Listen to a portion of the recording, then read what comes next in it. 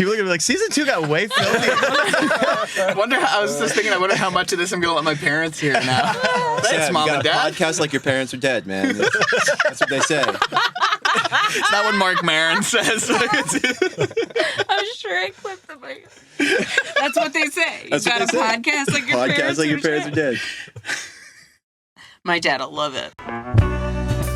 You're listening to the Noon 15 podcast. I'm your host, Dan Cole, and I'll take you behind the scenes of Noon 15, an independent band writing, performing, and recording original music.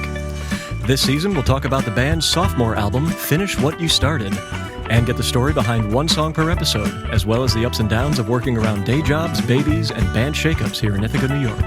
At the end of each episode, you'll hear the song in its finished form. Thanks for listening, and welcome to Noon 15, the podcast.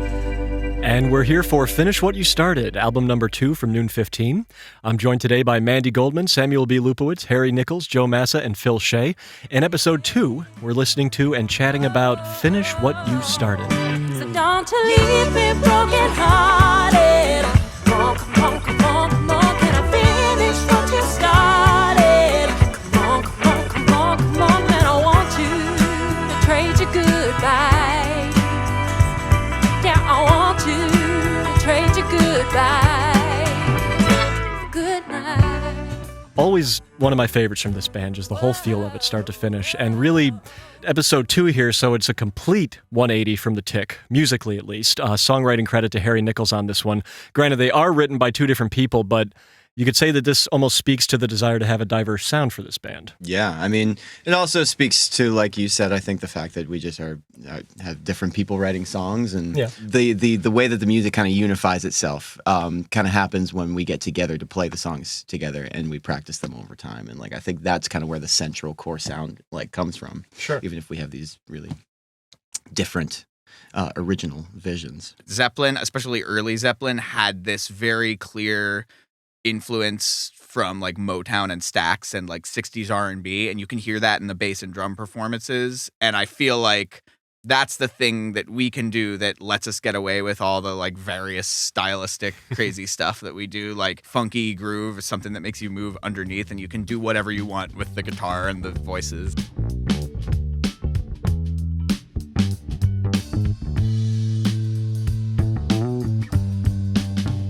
It's a lyric-heavy song, and it has a story to it. So it's, I think part of it is just making sure that the story is clear and that it has some intention to it. Do you want to come over? I got that film. It's in the DVD player where the vampires all take over, except for one. No, they're vampire slayer. So this is that's song. antiquated now. Sorry. Oh yeah, I know DVD DVDs. players.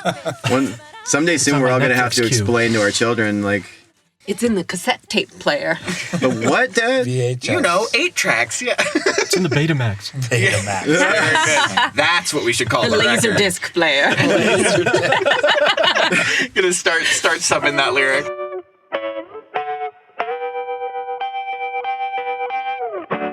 So I started imagining this song when I was in college, and I was sort of half dating a person who, I don't know, we just had like, it was the kind of thing we had chemistry, but like we just never got together really. But we had lots of flirtation, and I eventually started seeing somebody else. And she's all of a sudden, when that kind of happened, she reached out with this text, and we all know the text, which is just like, "Hey, you want to come have a movie night, right?" And at that point, it was like I had literally just gotten together with somebody else. Horrendous timing. But the movie we were supposed to watch was what was I never did end up seeing it. Probably a horrible movie called Daybreakers, which is about vampires that have taken over the world, and like now there are just like a few humans, and like Was that before the zombie craze? they were have doing like vampires still? It was like kind of simultaneous. Yeah. There was like it was William Dafoe in it, and nice. sorry, Willem Dafoe. Excuse me. Willem. Did I say Willem? Sorry, William. If you're listening, sorry. Yeah, sorry. I'm so sorry. Excuse me. Willem Dafoe was in it. It's sort of about that expression of like, actually, can we actually finish what we started here? And as I'm writing the lyrics, the sort of, for some reason, the movie that we were supposed to watch kind of becomes this. It sort of leaks off of the DVD box and out of the DVD player and starts like consuming the world of the people in it and the speaker. And it just kind of becomes this like kind of nightmare world of this probably shitty vampire movie. I think it would be funnier if it actually was Willem Dafoe because it was so bad. There's another actor. It's like, you don't know that people often confuse Willem Dafoe and Willem Dafoe, but no, he's just a B actor. One of the Sheen brothers who didn't change their name. Does anything really star Joe Estevez? Yeah. Really star Joe Estevez. Just the child of the night as I'm hunting it down.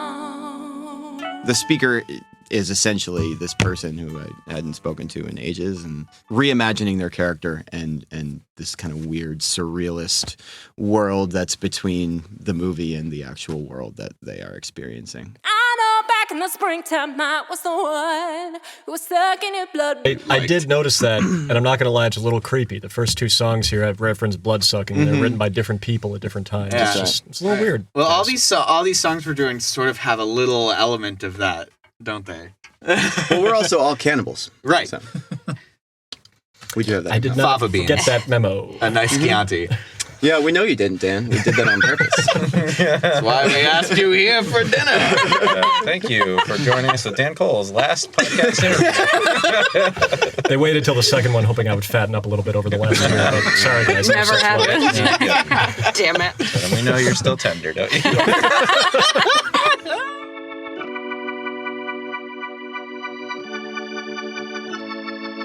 So when we did the last podcast, Harry, you talked a bit about kind of, I think it was Annie's song in particular, was like, you talked about that as being how you almost broke back into songwriting after your daughter had been born, and you were able to like really focus on it again. Yeah. So knowing that you're a father once again now, did you have a similar experience where you kind of had to break back in, or are you still trying to find your way? I am still trying to find it. It's different this time around. It's different the second time around just because I kind of knew a little more what to expect, and because Fair. I've done so much adapting to songwriting while dadding, already. Could you get a ticket for that? Yeah, you can. You got to be careful. While dadding. I shouldn't admit to doing that. This won't air for weeks still. Yeah. They increasingly, my workspace has become also my songwriting space. Coincidentally, I've also become a much shittier teacher in the past couple of years. But yeah, I've spent, as these guys can attest, a lot of my band emails and Facebook event making, and yes, like songwriting happens while I'm on my lunch break or in the hospital with appendicitis. I bought a phone. I bought a new phone that's got some good digital audio workstation to it, and like it's really pretty useful. And that was actually kind of huge for me because increasingly my songwriting is just kind of happening on my phone in my pocket, and in short little spurts of time. Little ideas come in, and sometimes you got to kind of rush to just pop out the phone, sing them real quick. I'll like give myself a little beatboxing or maybe some like just like sing a bass note or something so I know what chords I'm thinking about. And then it can be gone for weeks. I could just let it go. And if I know that I've got something that I really like now, if it sticks around through all the chaos of fatherhood in my head, and I feel a drive to finish it. And otherwise it just kind of goes down in my phone and it just gets lost to time. And then sometimes later I go through that and I'm like, oh man, that was good. Maybe I should do something with that. But that's kind of how it goes now. Yeah. Do you find yourself getting frustrated at all? For sure.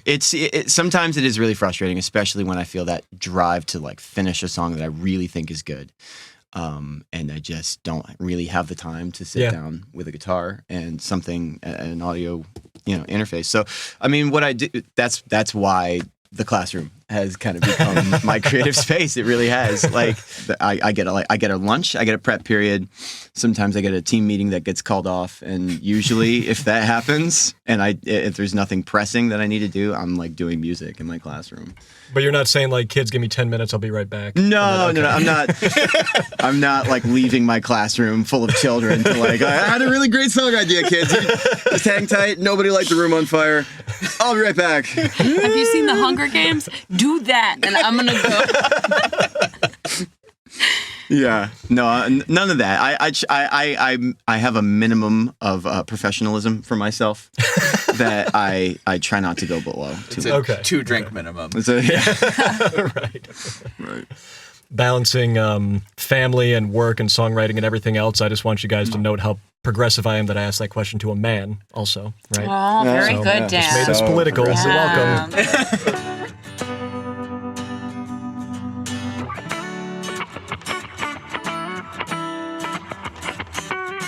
So, Joe, we touched on it a little bit talking about the solo in The Tick during episode 1. And I think we had discussed a little bit in the last podcast, too, just about that fine line that you walk. Like, one of the things that appealed to you about this band was more of the background role. Again, like we just talked about with The Tick, you really don't have much of an issue taking over when it's called for. Do you feel you kind of wait to be hinted at when it's your place to step in and do that, or do you more just feel it out and go with it? Probably a little both. Yeah. In the instance of this tune, I mean, it was pretty much written. Like, Harry did send us a demo with that first acoustic guitar lick.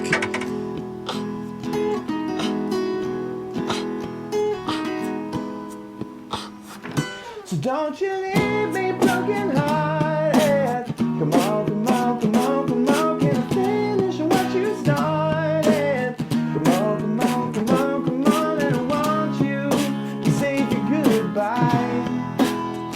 I want you to trade your goodbye for good night. And I think he was just mostly just strumming chords and singing. But I do remember initially having a little bit of trouble figuring out what to do, like in the verses and some of the choruses. So I kind of reached out to Harry and I think he referenced Jackson 5 tune.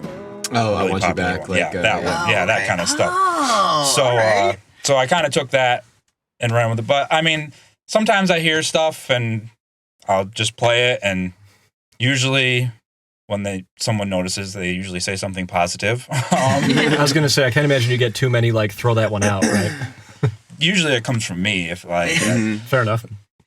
like I definitely play with plenty of stuff, and it makes perfect sense in my head, and then I play it, and I'm like, wow, what the hell was I thinking? But But that's it's just all part a of trial and error kind of thing, and all three of them have plenty of ideas as well. So I just tried to make it as collaborative a process as possible, and work to fit their vision and the band's vision, and go from there. Yeah, cool.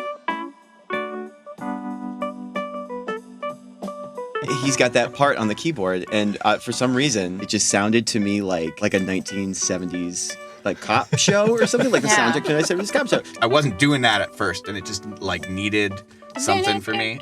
Yeah. And so I just started in with Joe Friday. this narration one day. I was like, Samuel B. Lupowitz.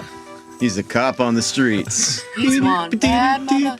Shut your mouth. Just talk about Sam. But if we were to do Sam Lupowitz. if we were to do a big music video for it, I would pretty much insist on starting with a shot of you as a police guy. So amazing. Like and do it in on the like beat. with It's the just him scratch. stopping at various sandwich places. Samuel B. Lupowitz, a cop on the prowl. If I got, no offense, Sam, but if I got pulled over by someone and they came out and they looked like you with a cop uniform, Later, man. that's pretty fucking funny. Oh my god. My headlight was out great. Yeah, have a good dude. No offense, Sorry Sam, to but inconvenience I do not respect you. If you want to hit this pipe, man, I know you do. And I always get a kick, Sam, of running down your list of instruments on a given song. What is a seaboard, please? Oh, it's like a fretless keyboard. It's my new toy that Mandy and my brother teamed up and got me for Christmas. The keys are these little waves, and you can bend notes and like make them sound different by sliding up and down. And I've been having a blast with it. So I snuck it in on this tune. It's just like right near the end in the last chorus, and it was basically because I forgot that I wanted to ask you to do a harmonized guitar overdub, and like while I was mixing it, I was like, oh shit, I really wanted to try that there, so I just did it with the synth. Nice. But it worked. I got it to sit in there. It made it happy.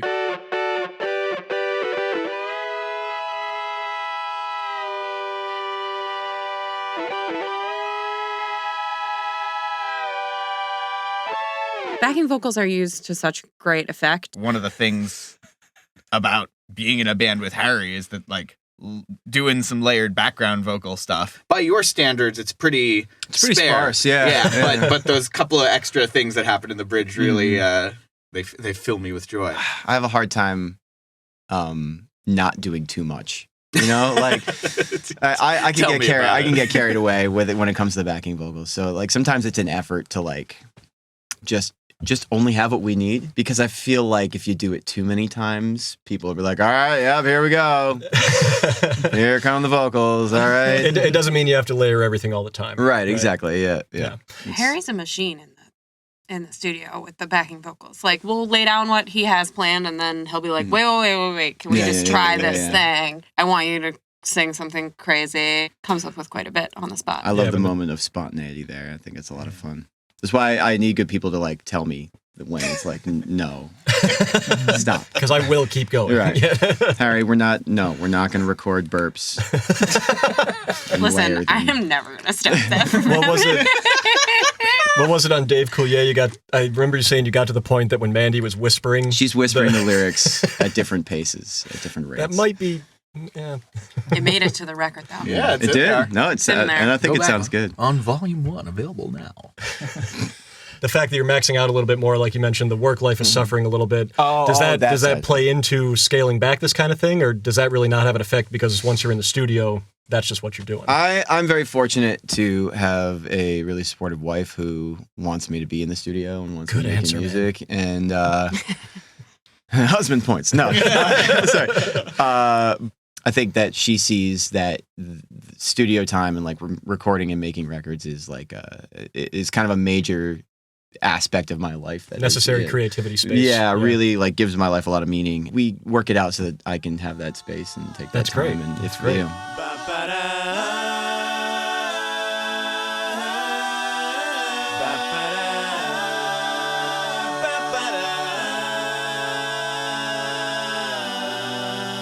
So, Phil, when do we hear background vocals from you, my friend?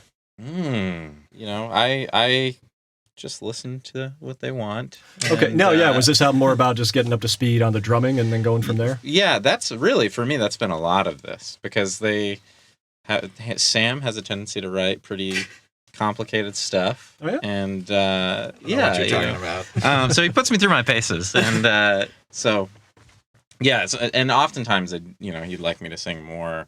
I'm like, let me try to get my feet under me here with what I'm playing. Yeah, fair enough. I slowly dip my toes in the singing waters, but I feel like I've been singing more. Yeah. Well, and like this batch of 3 songs, they're the first songs we went into the studio with after you'd only been in the band a couple of months. Right, exactly. And like they're songs we'd been playing for a while before you were in the band. I feel like soon we're getting to the point where you were involved in the creative process instead of like, here's what used to happen and put your own spin on it, but we like this. I think for these songs, there's a lot that was already kind of, laid out. So don't you leave me broken hearted.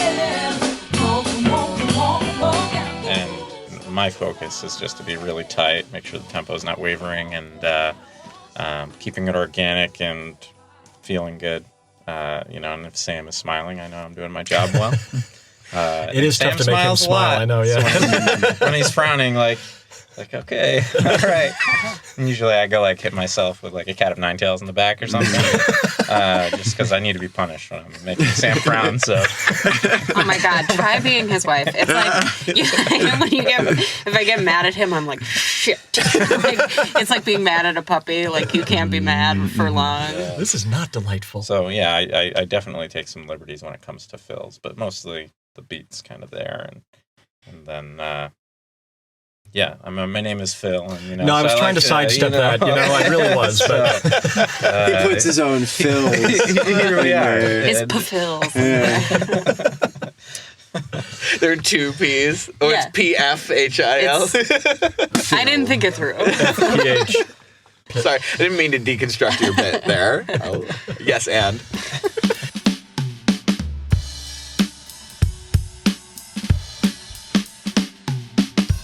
So Finish What You Started is, of course, going to be the name of what eventually will become the fuller length album. Why Finish What You Started? Or was it more just this felt right? Is it kind of a completion of Volume 1 in your eyes? What's really behind that? Well, conceptually, like what we're doing with this, instead of like waiting and putting out a whole album at once, all these songs go together and more songs are going to come that go together, and gradually a picture will reveal itself of the complete work that is this collection of songs. Day one with this band, we were talking about finding fun new ways to put out music. I was very, very adamant Yes. about having the next album be Volume 2 because it just bothered the shit out of me to have Volume 2 indefinitely. I don't know when this is going to happen. Who knows what might. Sam and I were both like, no, we don't want we want there to just be a Volume 1 because we love the implication of unfinished business. That's why I thought Finish What Yeah, You Started, exactly. right? Maybe There's a little bit of that. So there was just enough symmetry to make our literary brains happy because people keep being like, the next one's gonna be Volume 2, right? And I'm like, no, and they're like, what? Why? As long as there was a 2, I would have been okay. I didn't need a 3 after 4 or whatever. There has to be a 2. So Finish What You Started is Mandy Goldman on lead vocals, Samuel B. Lupowitz on Wurlitzer organ, tambourine, seaboard, and background vocals, Joe Massa on electric and acoustic guitars in this one, Harry Nichols on the bass and backing vocals, and Phil Shea, of course, on the drums. The title track off Finish What You Started from Noon 15.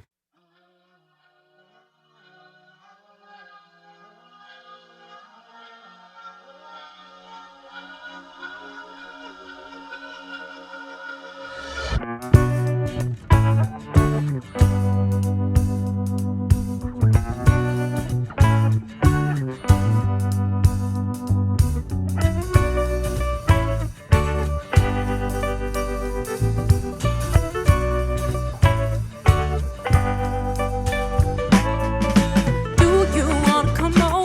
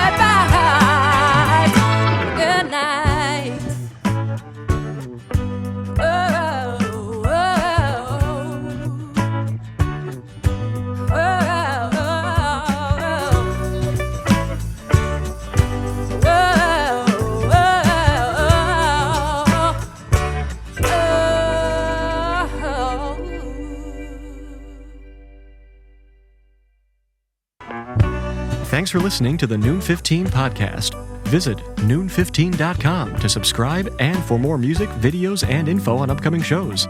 If you like what you hear, tell your friends and leave us a review on iTunes. Tune in next time for another trip behind the scenes with Noon 15.